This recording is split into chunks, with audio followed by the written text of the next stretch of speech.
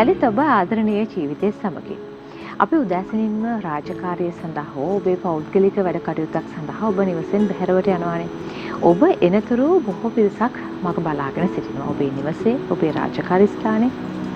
මම ඔබෙන් ඇහුවොත් ඒ මග යන එන අතරතුරේදී අපිට යම්කිසි අනතුරක් සිදු වුණොත්, අපි රියානතුරකට ලක් වුණොත් ඔබට කොයි වගේ හැඟීමක්ද දැනෙන්නේ? ඒක අපිට සිදුවෙනකන් ඒ බරපතලකම, ඒ වේදනාව, ඒ මොහොතේදී අපි ක්‍රියා කළ යුතු ආකාරය ගැන අපිට දැනෙන්නේ නැහැ. සමහර තැන්වලදී අපි කියනවා ඒ රියානතුර කරපු කෙනා ඒ මොහොතේම යාව හොස්පිටල් එකට අපි රෝහල්ගත කරා නම් එයාගේ ජීවිතේ බේර ගන්නට පුළුවන් කියලා. එහෙම කියන තැන් බොහොමයක් තිබෙනවා. හැබැයි අපිට එහෙම දෙයක් සිදු වුණාම තමයි අපිට ඒකේ බරපතලකම, වේදනාකාරී බව දැනෙන්නේ. ඔබ අතින් යම්කිසි අනතුරක් සිදු වුණොත් ඔබ මොකද කරන්නට ඕන? බොහෝ දෙයක් තියෙනවා. හැබැයි සමහර තැන්වලදී අපි පොලිසිය තුල තිබෙන නීති රාමු පද්ධතියත් එක්ක පැකිලෙන අවස්ථාවන් තිබෙනවා. හැබැයි අද මේ කතා බහත් එක්ක එකතු වෙන ඔබ මට විශ්වාසයි මේ වැඩසටහන අවසානයෙන් පසුව ඔබේ යුතුයකම මැනවින් ඉටු කරાવી කියලා. ඒ තමයි අපේ ප්‍රයත්නය. නිසා අපි ඒ පිළිබඳව කතා බහ කරන තමත් ගෞරවයෙන් අද අපේ මැදිරියට ආරාධනා කරා මාර්ග ආරක්ෂාව, අධ්‍යාපනය සහ මහජන සම්බන්ධතාව පිළිබඳ රථවාහන මූලස්ථානයේ ස්ථානාධිපති පොලිස් පරීක්ෂක සේනක ගමගේ මහත්මයාට ආයුබෝවන් සුබ දැසන කුතුමන්ට. පොලිස් පරීක්ෂකතුමනි, දැන් මම වැඩසටහන ආරම්භයේදීම ගත්ත ප්‍රවේශයත් එක්ක මට හිතෙනවා අපේ රටේ දිනකට රියානතුරු බොහොමයක් සිදු වෙනවා. ඒ නිසා ජීවිත හානි සිදු වෙනවා, රෝහල්ගත වෙන පිරිසක් සිටිනවා, සමහර සිදුවීම් පොලිසියට වාර්තා වෙන්නේ නැති තරම්. අපි එතනින් කතා බහ ආරම්භ කරමු. අපේ රටේ දිනකට කොයි වගේ රියානතුරු ප්‍රමාණයක් සිදු වෙනවද දත්ත විදිහට ගත්තොත්? ඔව් මනෝජා, හොඳ මේ ආරම්භයක් ඔබතුමිය ගත්තේ. විශේෂයෙන්ම මහජනතාව දැනුවත් කිරීම සම්බන්ධයෙන් මෙවැනි වැඩසටහනකට ආරාධනා කිරීම සම්බන්ධයෙන් බෙහෙවින්ම ස්තුතිවන්ත වෙනවා. සංඛ්‍යාලයකන ගත්තොත් අද දවසකට අපේ රටේ රියානතුරු නිසා 8 දෙනෙක් මිය යනවා. ඉතින් මේ 8 දෙනාට අමතරව 54 දෙනෙක් බරපතල තුවාල ලබනවා. ඒ කියන්නේ අපි අද උදේ ගෙදරින් එළියට බහින ඔබතුමිය කිව්වා වගේ 62 දෙනෙක් නැවත ගෙදර යන්නේ නැහැ. ඉතින් මේක තමයි අද තියෙන කාලින බැරෑරුම් ප්‍රශ්නේ. දැන් එතකොට රියානතුර කියන මේ වරද මේ අපේ නීතියේ ඇත්තටම ඒක සිදු කරන්නේ නැහැ චේතනාන්විතව. දැන් හුඟක් අපරාධ නීතිවල වරදක් කරන්න චේතනාවක් තියෙනවා. හැබැයි මේකේ වෙනස තියෙන්නේ චේතනාවක් නැහැ. හැබැයි අන් අය ගැන නොසැලකිල්ලෙන් අපරීක්ෂාකාරීත්වයෙන් කටයුතු කරනවා. ඒක නිසා මේවට තියෙන දඬුවම් අර අපරාධ නීතියට වඩා අඩු මට්ටමක තියෙන්නේ. ඒ වුණත් ඔබතුමිය කිව්වා වගේ රියානතුරක් සිදු වුණාම වින්දිතයා සහ චූදිතයා කියලා දෙපාර්ශ්වයක් ඉන්නවා. මේ දෙපාර්ශ්වයම අසරණ වෙනවා. වින්දිතයාගේ පැත්ත ගත්තොත් ඒ තුවාලකරු වෙනුවෙන් ගොඩාක් දුරට මානසිකව වැටෙනවා. ආර්ථික වශයෙන් වැටෙනවා. චූදිතයාගේ පැත්තෙනුත් එහෙමයි. ඉතින් ඒක නිසා විශේෂයෙන්ම අපි මෙන්න මේ දේවල් වළක්ව ගන්න තමයි කටයුතු කරන්නට ඕන. ඉතින් මේ වළක්වා ගන්න කටයුතු කරන ගමන්ම ඔබතුමීගේ ප්‍රශ්නේ තමයි රියානතුරක් වුණාට පස්සේ මහජනතාව හැටියට අපි මොනවද කරන්න ඕනේ? විශේෂයෙන්ම රියානතුරක් සිදු වූ අවස්ථාවේදී අපි ඒ නීතිය මෝටර් වාහන පනතේ 161 වගන්තියේ සඳහන් වෙනවා. මේ සඳහන් වෙන ආකාරයට වහාම වාහනය නවත්තන්නට ඕන. පළමු කාරණේ තමයි ඕනම කෙනෙකුගේ ජීවිතේ තුවාලකරුවෙක් ඉන්නවා නම් ඔහු රෝහලට ඇතුළත් කරන්න අවශ්‍ය නම් තමන්ගේ වාහනේ නම් හැකියාව තියෙනවා. ඒ වාහනේ ඒක ධාවනය කරන්න නොහැකි තත්ත්වයේ තියෙනවා. තවත් වාහනයකින් හරි අර රියදුරට පාත්‍ර වින්දිතය තුවාලකරුව රෝහලට රැගෙන යන්න කටයුතු කරන්න ඕන. අනතුරුව දෙවැනි කාරණේ තමයි පොලිස් ස්ථානයට ඒ අනතුර පිළිබඳ වාර්තා කරන්නට ඕන. මෙන්න මේ ටික සම්පූර්ණ වෙන්න රියදුර අතින්. ඒ වගේම මේ 161 වගන්තිය හරිම තුවාලකරු වෙන්නේ ගොඩක් දේවල් හිතලා තියෙනවා. රියදුරට ඒ රියානතුරු සිදු කර රියදුරට හැකියාවක් නැත්නම් ඒ වාහනේ ඉන්නවනම් ඒ මගියත් බැඳිලා ඉන්නවා මේ රියානතුරු පිළිබඳ පොලිසියට වාර්තා කරන්න මේ තුවාලකරුව රෝහලට රැගෙන යනවා. එතකොට මේකෙන් පස්සේ තමයි පොලිසිය විමර්ශන කටයුතු ආරම්භ කරන්නේ. ඉතින් දැන් මේ දැනුම් දීම පොලිස් ස්ථානයට යන්නම අවශ්‍ය නැහැ. දැන් අපි තාක්ෂණය හඳුන්වලා දෙල් තියෙනවා 19 පණිවිඩයක් පොලිසියට දැනුම් දීලා මොනම ආකාරයකින් දැනුම් දෙන්න පුළුවන්. එවැනි අවස්ථාවකදී පොලිසිය ක්‍රියාත්මක වෙන්නේ. පොලිස් පරීක්ෂකතුමනි දැන් මෙතෙන්දී දැන් අපි කියමු රිය අනතුරක් කවුරුත් හිතලා කරන්නේ නැහැ නේ ඔබතුමන් කිව්ව ආකාරයට කාගේ හරි නොසලිකිලිමත්භාවයේ මත නැත්නම් මගියාගේ නොසලිකිලිමත්භාවයේ මතත් වෙන්නට පුළුවන්කමක් තිබෙනවා. කොහොම හරි දෙයක් සුදු වුණාන් පස්සේ ඔබතුමන් කිව්වා රෝහල් ගත කරන්නට ඕන ළඟම පොලිසියට වාර්තා කරන්නට ඕන. හැබැයි වටපිටාවේ ඉන්නවානේ බොහෝ පිරිසක්. ඒ අය අර තුවාලකරු දිහා බලලා ඔහුට සිදුවලා තිබෙන තුවාලේ දිහා බලලා ප්‍රතිකාර සඳහා රැගෙන යන්නට පෙර අපි කියනවා මේ රියදුරාට සැලකුම් ලබා දෙනවා. ගොඩක් තැන්වල. එතෙන්දී මහ ජනතාව විතර අපේ ලොකු වගකීමක් තියෙනවා ඒ රියදුරු ආරක්ෂා කර ගැනීමත් තුවාලකරු ආරක්ෂා කිරීමත්. මම හිතනවා ඔබතුමාට හොඳටම අත්දැකීම් ඇති මේ ක්ෂේත්‍රය තුල. ඔව් ඇත්ත වශයෙන්ම එතෙන්දී අපි බුද්ධියෙන් කටයුතු කරන්න ඕන හුඟක් තුලට ජනතාව තුල තියෙන ඒ දැනුම අඩු වීම තුල තමයි මෙවැනි සිද්ධීන් වාර්තා වෙන්නේ. දැන් රියානතුරා බොහෝ දුරට සිදුවෙන්නේ රියදුරාගේ ගම් ප්‍රදේශයේ නෙවෙයි ඔහුට ආගන්තුක ප්‍රදේශයකදී. හැබැයි මේ තුවාලකරු වශයෙන් හැම තැනකම නැති වුණත් බොහෝ දුරට අවස්ථාවලදී තුවාලකරු ගම් ප්‍රදේශයට සම්බන්ධ වෙන්න පුළුවන්. එතකොට මේ තුවාලකරුගේ වින්දිතභාවය දැක්කම ඒ ගමේ අයට අසල්වසින්ට කේන්තියක් ඇති වෙනවා මේ රියදුරු කෙරෙහි. ඒක සාධාරණ වෙන්නට පුළුවන්. ඒක නිසා මේ රියදුරු උපක්‍රමශීලීව සහ සානුකම්පිතව මේ තුවාලකරු සහ ඒගොල්ලොත් එක්ක කතා බහ කරන්න ඕන. ඇත්තටම අපි අද තියෙන කතා බහේ තමයි හොඳම මේක තියෙන හිත දිනා ගන්නට පුළුවන්. ඒගොල්ලොත් එක්කලා හරි මගේ අතින් වරදක් සිදු වුණා මම මොනවද කරන්නේ අපි තුවාලකරු රෝහලට ගෙනියමු. එහෙම කියලා පොලිසියට වාර්තා කරලා පොලිසිය එතෙන්ට ගෙන්වා ගැනීමට උත්සාහ කරන්නට ඕන. තුවාලකරු රෝහලට යවනවා. ඒ වගේම තමයි ඒ රියනතුරු සිදු වුණාම මගේ වරදක් නෑ මට මෙහෙම හැකියාව තියෙනවා මේ විදිහට කතා කරන්නට ගියොත් අර මාර්ගයේ ඉන්න ඒ තුවාලකරුට හිතවත් මහජනයා දැන් බොහෝ දුරට හිතවත් වෙන්න ඕනේ තුවාලකරුවෙක් දැක්කම හදවත උණු වෙන ගතියක් තියෙනවා ඕනම කෙනෙක්ගේ. එතකොට ඉතින් අර වගේ ගැටුමක්. එහෙම ගැටුමක් ඇති නොකර අර විදිහට කටයුතු කරන්න ඕන. හැබැයි ඒ තුවාලකරුවෙක් සම්බන්ධයෙන්. දැන් ඔබතුමිය මතු කළ ප්‍රශ්නේදී තවත් පැත්තක් තියෙනවා. තුවාලකරුවෙක් මේ තියෙන අනතුරු නෙවෙයිනේ බොහෝ දුරට තියෙන්නේ. තුවාලකරුව නැති අනතුරු ගොඩාක් තියෙනවා. එතකොට ඇත්තටම පොලිසියට දවසකට රියනතුරු මේ වෙනකොට 98ක් වගේ වාර්තා වෙනවා සංඛ්‍යාලාත්මක. හැබැයි එහෙම වාර්තා නොවන අනතුරු රක්ෂණ සමාගම් වලට රක්ෂණ ක්‍රමවේදයේ අලාභ විතරක් අනතුරු ගොඩාක් තියෙනවා. මෙන්න මේ අනතුරු දිහා බැලුවම අපේ පොලිසියට එනවා මේ මොනවද මේ උනේ සුළු වරදක්. චේතනාවක් නැති මේ නොසලකිල්ල. ඒක සමතයක්පත් වෙන්න පුළුවන් දෙපර්ෂයේ එකඟතාවය මත. එවැනි අනතුරකදී පහර දීම් කරගෙන බැනගෙන මේ අපරාධමය වරදක් මෙතනින් හදාගෙන තමයි පොලිසියට එන්නේ. ඒක නිසා මම කරුණාකරලා මෙවැනි අවස්ථාවකදී අනතුරක් සිදු වූ අවස්ථාවකදී මහජනතාවට කියන්නේ අර හොඳ විනයක් ඇතුව කතා බහ කරලා නීතියත් එක්ක නීතියේ සහනය ලබා ගන්නට එක් පොලිසියට ගන්නට එක් විනයක් ඇතුව කටයුතු කරන්න. දැන් සමහර අනතුරු වෙන අවස්ථාවන්දී අපි දකින දෙයක් තමයි මේ දෙපාර්ශ්වයම ඒ ස්ථානයේදී Tamanගේ තිබෙන කාර්යබහුලත්වයත් එක්ක කතා බහ කරලා යම්කිසි මුදලක් දෙන්නම් කියලා සමතේකටපත් වෙලා එතනින් පිට වෙලා යනවා. හැබැයි පසුව ගිහිල්ලා සුළු තුවාලයක් තියෙනවා නම් හරි රෝහල්ගත වෙන අවස්ථාවන් අපි දැකලා තියෙනවා. එතෙන්දී ඒ දෙපාර්ශ්වයේම යම්කිසි වරදක් තියෙනවානේ. අපි ඒ ගැනත් පොඩ්ඩක් මතක් කරමු නේද ඇත්තටම. දැන් මේ ඇත්තටම මනෝජා මේ ඔබතුමිය ඒ මතක් කළ දේ නීතිය පැහැදිලිව සඳහන් වෙනවා. තදබල ලෙස මාර්ග නීති උල්ලංඝනය වෙලා නැත්තම් රජයට එරෙහිව වරදක් වෙලා සිදු වෙලා නැහැනේ. ඇත්තටම නොසලකිල්ලෙන් සිදුවෙච්ච දෙයක්නේ. දෙපාර්ශ්වයේ සමතයටපත් වීමේ හැකියාව තියෙනවා. එතකොට මේ කොහොමද සමතයකටපත් වෙන්නේ?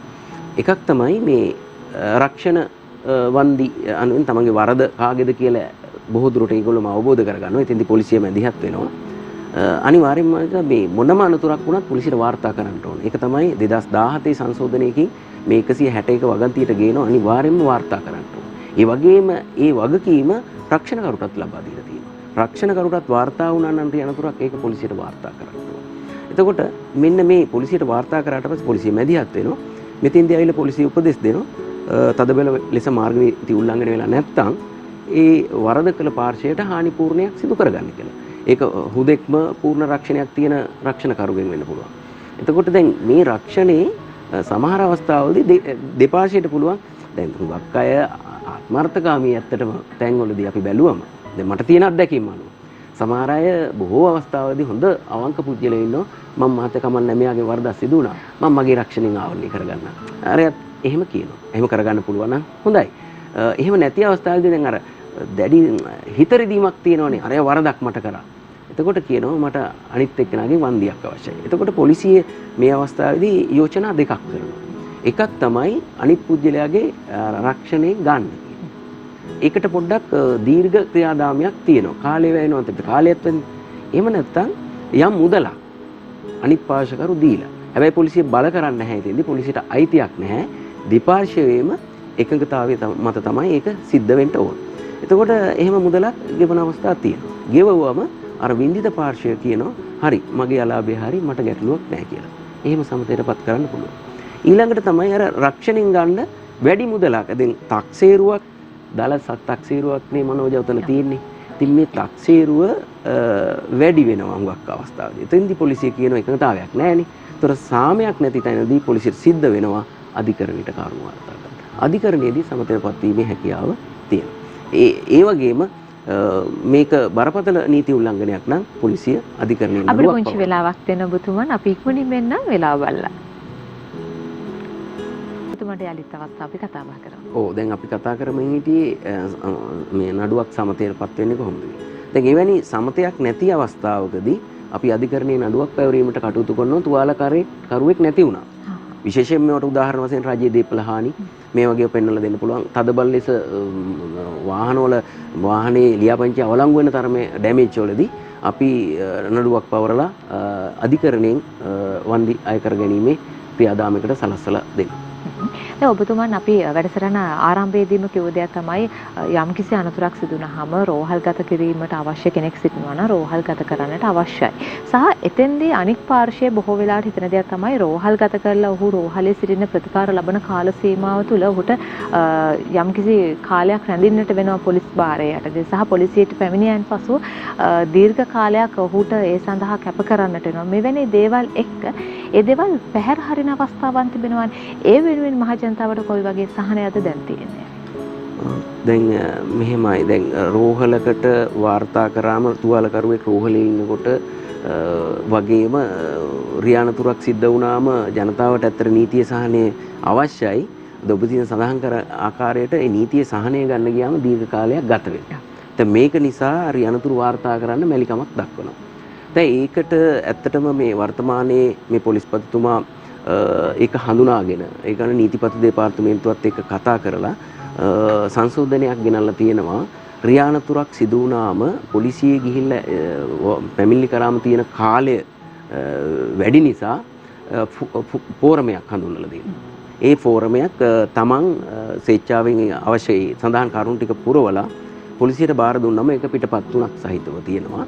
මින් එක පිටපතක් පිටපත් තුනම අස්සම් කරලා එක පිටපතක් පොලිසිය තබාගෙන අනිත් පිටපත් දෙක ඔහුට දෙනවා. එතකොට ඒකත් අරගෙන යන්නට හැකියාව තියෙනවා රක්ෂණ සමාගම වෙත. එතකොට රක්ෂණ සමාගමට ගියාම රක්ෂණ සමාගම දන්නවා මේක පොලිසිය දැනුවත් වෙලා පොලිසියට වාර්තා වෙලා තියෙන කියලා. එවැනි අවස්ථාවකදී රක්ෂණ කටයුතු කරගන්න පුළුවන්. හැබැයි මේ කොන්දේසිය තියෙන්නේ තුවාල නොලත් රියානතුරුවට. තුවාලකරුවෙක් නැතිව අලාභහානියට විතරක් පමණයි.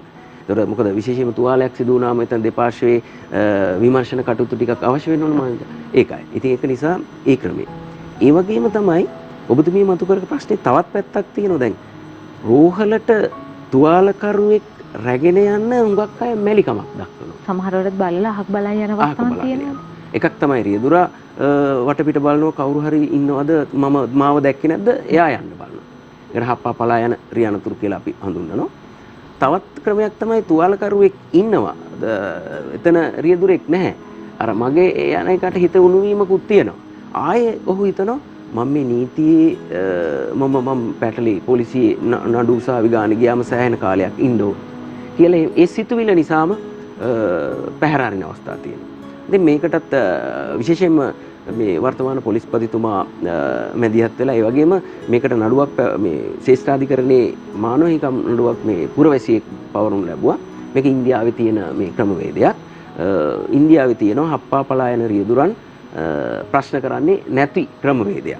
ඉතින් මේකත් මේ රටට අපේ රටට පුළුවන්ද කියලා බලලා ඒ අනුව ප්‍රවාහන අමාත්‍යතුමා මේ දැනට සාකච්ඡාවකට බඳුන් වෙලා ගයිඩ්ලයින්ස් එක මාර්ගෝපදේශයක් හදලා මේ කටයුතු දැන් සූදානම් කරලා තියෙනවා. මොකද මනෝජා එතෙන්දී යම් පොලිසියට මේ ওই චූදිතය හොයාගන්න ටිකක් අපහසුතාවයක් තියෙනවා. මොකද හප්පා පලා යන අනතුරක තුවාලකරු රෝහලට ගෙනියපු පුද්ගලයාම තමයි අපිට විමර්ශනයට මූලිකව ගන්න වෙන්නේ.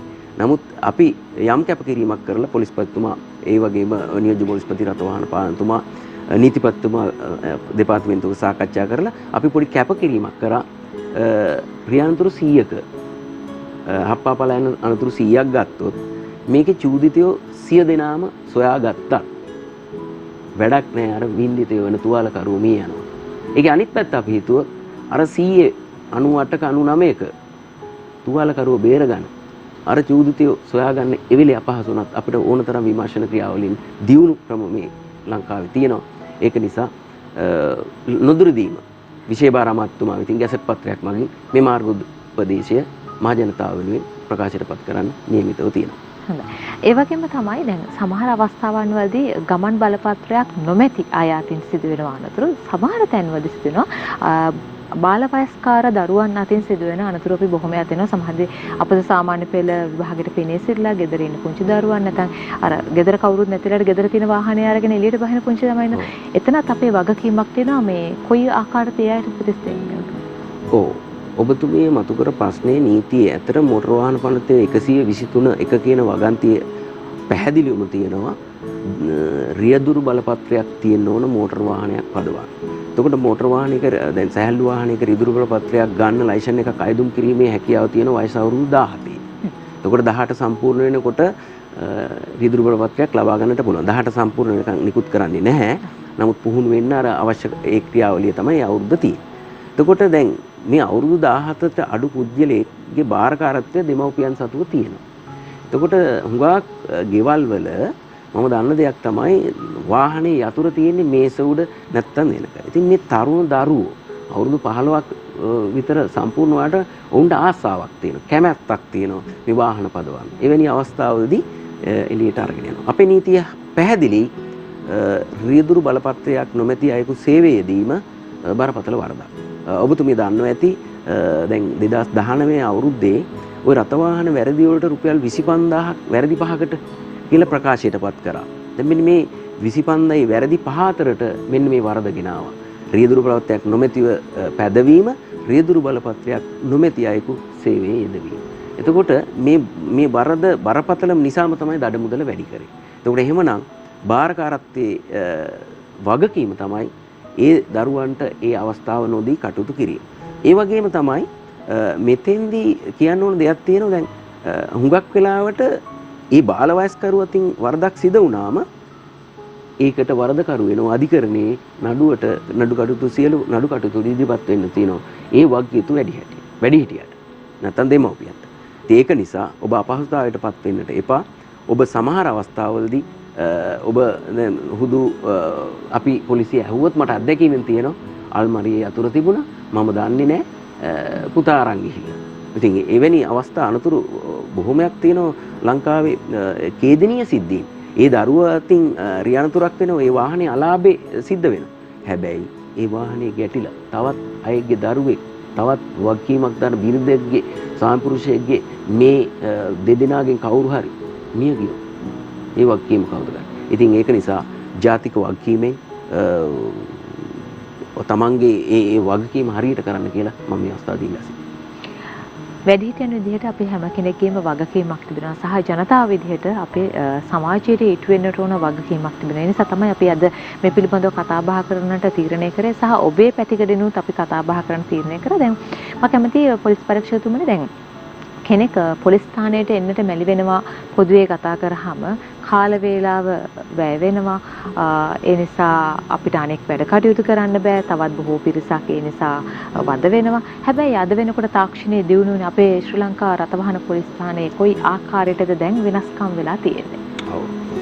දැන් ඔබතුමිය මේ කිව්ව රියනතුරු පැත්ත අපි කතා කරේ. ඇත්තටම රියනතුරු පැත්තෙන් නම් හරි. මට පුංචි වෙලාවක් දෙන්න මේ අපි ඉක්මනින්ම එන්නම් කෙටි විරාමයක් අරගෙන විරාමෙන් පසු සූදානම් මේ ගැටලුවට ඔබට පිළිතුරු කියන්නට.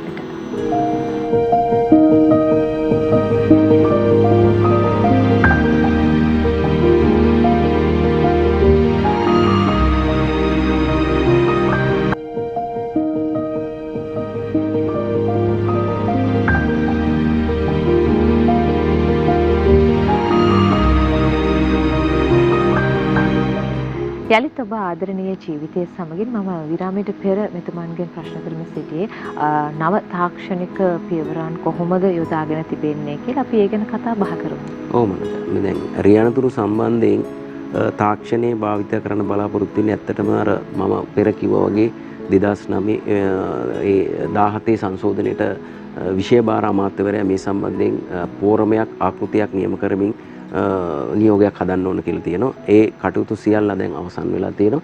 නොදැරදීම අපි ඒක ප්‍රකාශයටපත් කරන්න කටයුතු කරනවා විශේෂයෙන්ම ප්‍රවාහන අමාත්‍යතුමා විසින්.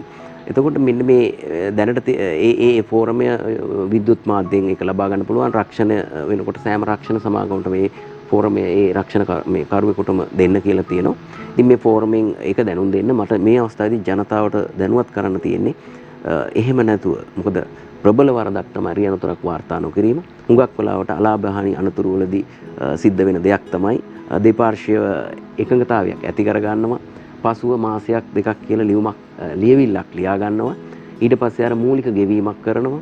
ඊට පස්සේ නිවසට ගියාට පස්සේ එතනින් ගිලිහිලා ගියාට පස්සේ අර ගිවිසුම අවලංගු වෙනෝ කතා කරන්නේ දුරකථනයට ප්‍රතිචාර දක්වන්නේ නැවතත් පොලිසියට එන්න සිද්ධ වෙනවා. එතකොට පොලිසියට ආවම පොලිසියෙන් අහන ප්‍රශ්නේ තමයි ඇයි පොලිසියට මේ අනතුර වාර්තා නොකර කියලා. ඒක නිසා පහසු ක්‍රමයක් ඔබට කාලය වැය නොවි කරගන්න තියෙන ක්‍රමවේදයක් අනුගමනය කරලා තින්නේ. කරුණාකරලා ඒ පෝරම පොලිසියට ගිහින් දීලා ඉක්මනින් රක්ෂණ කටයුතු ඒ කටයුතු කරගන්න කියලා මම මේ අවස්ථාවේදී මතක් කරනවා. හොඳයි. අපි දුර බැහැර ගමන් කිරීමේදී සමහර තැන්වලදී රථවාහන නීතිය උල්ලංඝනය වෙන අවස්ථාවන් තිබෙනවා. ඒ නිසා එතෙන්දී පොලිස් ස්ථානයක් තුලින් අපිට නිකුත් කරනවා දඩකොළ. මෙන්න මේ වගේ තැන්වලදී ගොඩක් දෙනෙට තියෙන ප්‍රශ්නයක් තමයි නැවත අපි අපේ හැඳුනුම්පත නැත්නම් අපි බාර දීලා අපේ රථවාහන කාඩ් එක දීලා ඒ සියලු දේවල් අපි ලබා ගන්න නැවත අපි එතෙන්ට යන්නට වෙනවා. ඒ දේ වෙනුවෙන් කොයි ආකාරයකටද පොලිසිය ක්‍රියාත්මක වෙන්නේ අද වෙනකොට? ඔව් මනෝජ. දැන් මේ රථවාහන මාර්ගය පාවිච්චි කරනකොට යම් හිතලා නොකරත් අසපසු වීම වෙලා වැරදි සිද්ධ වෙනවා. හැබැයි ඒවට අපිට අනිත් අයට කරදරයක් නේ. ඒක නිසා ඒක සමාවක් දෙන්න බෑ. මෝටර් වාහන පනතේ ඉතා පැහැදිලිව නීතිය සඳහන් වෙනවා මේ 215 ආ කියන වගන්තියේ නඩුවක් වෙනුවට දඩයක්. මේක මේ ක්‍රියාව ගේන්නේම මහජන පහසුව සඳහා. ඒ වගේම තවත් පරිපාලන පහසුකම් තියෙනවා අධිකරණික කාර්යබහුලත්වයත් අඩු කිරීම. එතකොට මේකෙදී මේකේ යටතේ උපලේඛනයක් තියෙනවා විෂය මේ බාර අමාත්‍යවරයා ප්‍රවාහන අමාත්‍යවරයා 2018 ජනවාරි මාසේ 15 වෙනිදා ප්‍රකාශයට පත් කළ තියෙනවා නව ගැසට් පත්‍රයක්. මෙන්න මේ ගැසට් පත්‍රයේ වැරදි 33ක් තියෙනවා. මාර්ග නීති සංඥා සලකුණු ඒ උදාහරණ. එතකොට මෙන්න මේ වැරදි 33න් එක් වරදක් නම් ඒ අවස්ථාවේදී සිදු වුණේ ඒ වරද සිදු කළ තැනත්තා කැමතිනම් නඩුවක් වෙනුවට දඩපතක්. අපි කියන්නේ ස්පොට් ෆයින් කියලා. එතකොට මෙන්න මේක ලබා ගන්න කැමතිනම් පොලිස් නිලධාරියට දැන්නුවොත් ඒ අවස්ථාවේදී ස්පොට් ෆයින් එකක් නැත්නම් ක්ෂණික දඩ පත්‍රයක් ලබා ගැනීමේ හැකියාව තියෙනවා. හැබැයි ගෙවීම තහවුරු වන තෙක් පොලිස් නිලධාරියා අර වරද කළ තැනත්තාගේ රියදුරු බලපත්‍රය බාරයට ගන්නවා.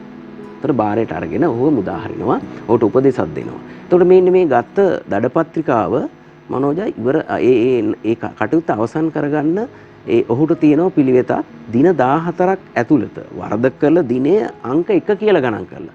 හුඟක් අපි ගාවට එන රියදුරෝ වරද කළ නැතුව ඊළඟ දවස් 1 කියලා ගණන් කරලා 15 වෙනි දවසේ එනවා පොලිසියට. එතකොට අර කාලය ඉක්ුත් වෙලා.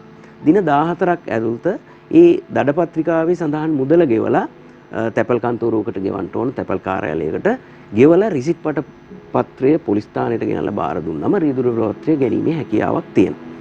එතකොට දින 14න් පස්සේ එන ඊළඟ දින 28 දක්වා ඒ කියන්නේ වරද කළ දවසේ ඉඳලා 28 වෙනි දවස දක්වා අර දඩපත්‍රිකාවේ සඳහන් මුදල මෙන් දෙගුණයක් ගෙවන්න සිද්ධ වෙනවා දින 14 පහුව. ඒ කියන්නේ අපි දින ගණන් කරන්නට ඕන අනතුර සිදු වුණු දවසේ සිට. ඒතර ගණන් කළා මේ 28 වෙනි දවස ඇතුළත.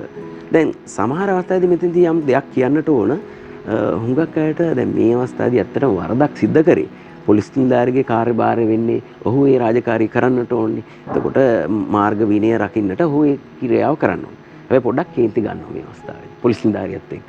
ඉතින් කේන්ති අරගෙන කියනවා මට දඩකොළ ඕනේ මට මං මේක ඉහළට පැමිණි කරනවා මං අධිකරණයට පැමිණි කරනවා කියලා. ඉතින් කේන්ති ගිහලා යනවා. හැබැයි එහෙම ගියත් කමක් නැහැ. කේන්ති එනි වුණත් මේ 28 වෙනි දවස ඇතුළත ඕනෑම දවසක ඔබට අයිතිය තියෙනවා පොලිස් නිලධාරිය හමුවට ගිහිල්ලා මට එදා එපා කිව්වට අද කමක් නෑ දඩකොලයක් දෙන්න කියලා ඉල්ලනවා.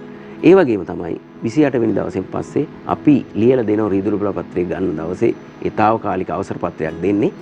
මේ බලපත්‍රයේ සඳහන් දිනේ අධිකරණයේ පෙනී සිටින්නට වෙනවා. මනෝජ මෙතෙන්දී දෙයක් මතක් කරන්න තියෙනවා. බොහෝ වැරදි ඔය දඩපත්‍රිකාවේ රුපියල් 1000ක දඩයක් තියෙන්නේ. අධික වේගය රුපියල් 3000යි මාර්ග නීති රුපියල් 2000යි. ඒක අනිකුත් වැරදි රුපියල් 1000ක් වෙනවා. ඉතින් එහෙම ගත්තොත් ඒ රුපියල් 1000කින් කෙලවර කරගන්න පුළුවන්. අධිකරණයට ගියොත් අවම දඩ මුදල වෙන රුපියල් 2500ක් නීතිඥ සහාය ගන්න සිදු වෙනවා. ඉතින් මෙතෙන්දී ඔබට කැමැත්තක් තියෙනවා. ඒ අනුව ඒ කටයුත්ත අවසන් කරගන්න. හොඳයි.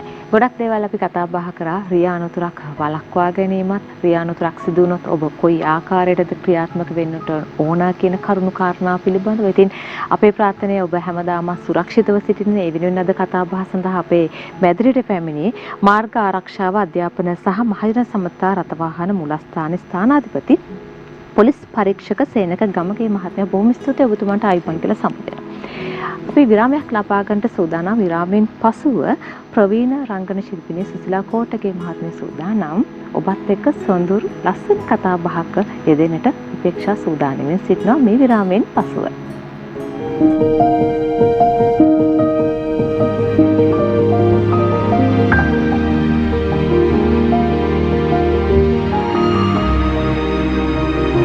දිනපතා අලුත් වීඩියෝ සහ ප්‍රවෘත්ති නැරඹීමට ඉහත බටන් එක ක්ලික් කර සියත TV සබ්ස්ක්‍රයිබ් කරන්න.